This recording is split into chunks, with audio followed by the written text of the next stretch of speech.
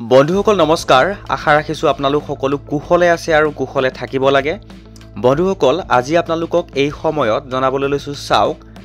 কৰ্মচাৰী সকলৰ বাবে এই সময়ত টাইম স্কেলক লৈ এটা গুৰুত্বপূৰ্ণ খবৰ প্ৰকাশ পাইছে বন্ধুসকল এই গুৰুত্বপূৰ্ণ ইনফৰমেশনটো মই পোৱাৰ লগে লগে আপোনালোকৰ সৈতে শেয়াৰ কৰিছো আৰু আশা ৰাখিছো আপোনালোকে ভিডিওটোৰ সৈতে সহযোগিতা কৰিব তে বন্ধুসকল দেৰি নকৰাকৈ আপোনালোকক মই পাছৰ ইনফৰমেশনটো স্ক্ৰিনত হাইলাইট কৰিবলৈ যত্ন কৰিছো চাওক ভাৰত চৰকাৰৰ ডাইৰেক্টৰ জেনেৰেলৰ পৰা কৰ্মচাৰীসকলৰ টাইম স্কেলক লৈ এখন গুৰুত্বপূৰ্ণ অফিচ মেমৰেণ্ডাম প্ৰকাশ পাইছে বন্ধুসকল যেহেতু টাইম স্কেলৰ সৈতে জড়িত এটা গুৰুত্বপূৰ্ণ খবৰ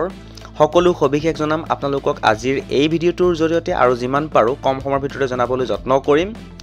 এইখিনিতে আপোনালোকক এটা সৰুকৈ অনুৰোধ জনাবলৈ বিচাৰিছো যদি আপুনি প্ৰথমবাৰৰ বাবে আমাৰ চেনেলৰ ভিডিও চাই আছে তেন্তে অনুগ্ৰহ কৰি চেনেলটো সাবস্ক্ৰাইব কৰি হাতত ৰাখিব কিয়নো এজন কৰ্মচাৰীৰ চাকৰি জীৱনৰ সৈতে জড়িত বিভিন্ন সময়ত প্ৰকাশ হৈ থকা কিছুমান গুৰুত্বপূৰ্ণ ইনফৰমেশন আপোনালোকক জনাবলৈ আমাৰ চেনেলৰ মাজেৰে যত্ন কৰা হয় তে বন্ধুসকল শেহতীয়াকৈ কৰ্মচাৰীসকলৰ টাইম স্কেলক লৈ এটা গুৰুত্বপূৰ্ণ ইনফৰমেশন প্ৰকাশ পাইছে জনাবলৈ লৈছো চাওক যে ভাৰত চৰকাৰৰ ডাইৰেক্টৰ জেনেৰেলৰ পৰা কৰ্মচাৰীসকলৰ টাইম স্কেলক লৈ এখন গুৰুত্বপূৰ্ণ নটিচ শেহতীয়াকৈ প্ৰকাশ পাইছে আৰু ইনফৰমেশনটো আপোনালোকক মই হাইলাইট কৰিবলৈ যত্ন কৰিছো চাওক যেকিটা মেইন পইণ্টছ হয় অফিচ মেমৰেণ্ডাম খনৰ ভিতৰত থকা সেই মেইন পইণ্টছ কিটাকে আপোনালোকক জনাবলৈ যত্ন কৰিছো এনেকৈ লিখা আছিল উল্লেখ কৰিছিল MSCPS প্ৰদান চৰকাৰী কৰ্মচাৰীয়ে 10 20 আৰু 30 বছৰ সম্পূৰ্ণ কৰাৰ পিছত MSCPS পাব পদোন্নতি গ্ৰহণ নকৰিলে প্ৰভাৱ কি হ'ব যদি কোনো কৰ্মচাৰীয়ে পদোন্নতি গ্ৰহণ নকৰিবলৈ লিখিত অনুৰোধ কৰে তেন্তে নিযুক্তি প্ৰাধিকৰণে সেই অনুৰোধ বিবেচনা কৰিব পদোন্নতি প্ৰত্যাখ্যান কৰিলে এবছৰ বা পৰৱৰ্তী খালী পদ উপলব্ধ নোহোৱা পৰ্যন্ত নতুন পদোন্নতিৰ প্ৰস্তাৱ নোহোৱা কৰিব যদি পদোন্নতি গ্ৰহণ নকৰা অৱস্থাত জুনিয়ৰ সকলে পদোন্নতি লাভ কৰে তেন্তে তেওঁলোকৰ তুলনাত